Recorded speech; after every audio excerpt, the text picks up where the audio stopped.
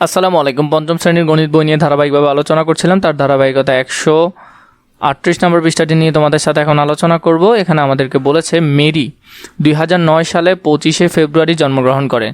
26/6/2024 খ্রিস্টাব্দ তারিখে তার বয়স কত? তাহলে 24 সাল 6 মাস 26 তারিখ অনুসারে তার বয়সটা আমরা বের করব।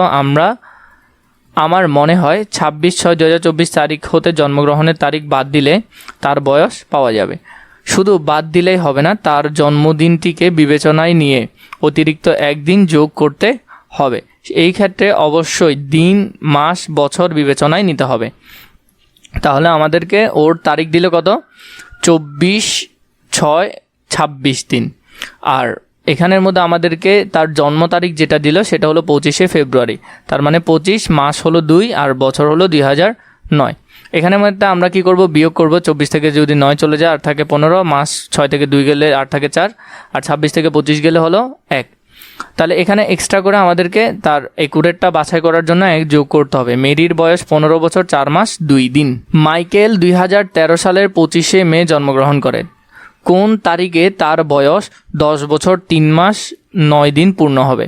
এই সমস্যাটি পূর্বের সমস্যা হতে ভিন্ন। জন্ম তারিখের সঙ্গে উল্লেখিত সময় যোগ করলে আমরা সহজে এর সমাধান করতে পারি। ওইটা কিন্তু আমাদের বিয়োগ করতে হয়েছে, এবারটা আমাদের যোগ করতে হবে। 25 আর 9 যোগ করলে 34। কত?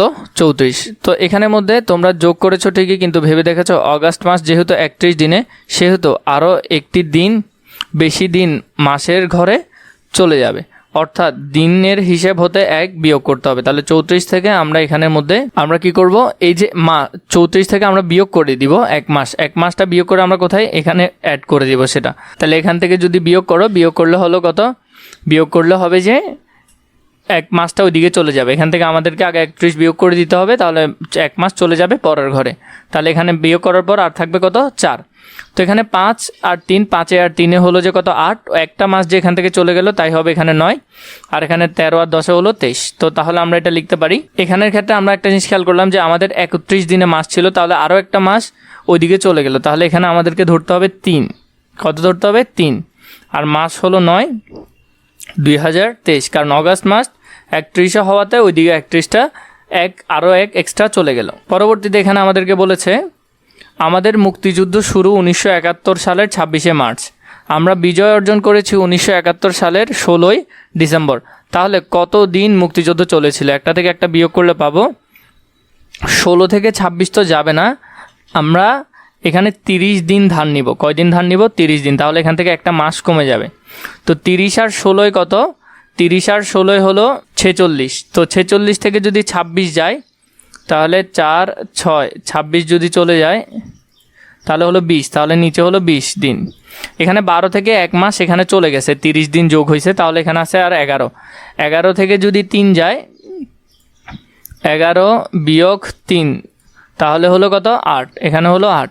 আর 71 থেকে 71 গেলে তো 0, তার মানে 8 মাস 20 দিন। এই সমাধানটা যদি আমরা ভালো করে দেখি তো তাহলে আমাদের এটা আসলো 8 মাস 20 দিন পর্যন্ত আসছে। এরপরে মুক্তিযুদ্ধ চলেছে মার্চ মাসে 26 তারিখ থেকে, তার মানে 31 তারিখ পর্যন্ত, ওইখানে হলো এক্সট্রা 5 দিন। এপ্রিল থেকে নভেম্বর মাস পর্যন্ত 8 মাস এবং ডিসেম্বর মাসে 16 দিন। তো মোট সময় আমরা বের করতে পারবো 8 মাস 15, এদিকে 5, এদিকে এক্সট্রা 6। তাহলে 5 আর 6 কত? 5 আর 16 হলো 21। তার মানে হলো 8 মাস 21 দিন। আমাদেরকে এক্সট্রা করে 1 দিন যোগ করতে হবে, তার মানে 8 মাস 21 দিন।